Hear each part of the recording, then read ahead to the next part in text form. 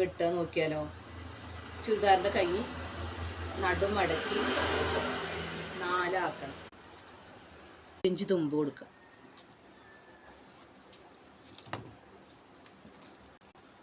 13.5 6.5.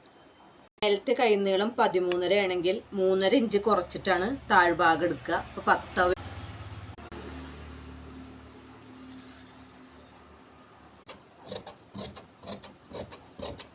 Front portion നമ്മൾ ഇങ്ങനെ കുഴിച്ചു വെട്ടണം. ഈ പീസിൻ്റെ 2 പീസ് മാത്രം 2 പീസ് മാത്രം ഇങ്ങനെ കുഴിച്ച് വെട്ടി കൊടുക്കാം. പിന്നെ എങ്ങനെ പൈപ്പിംഗ് കൊടുക്കാം നമുക്ക് നോക്കാം. ഒന്ന് മടക്കി തയ്ച്ചു കൊടുക്കാം.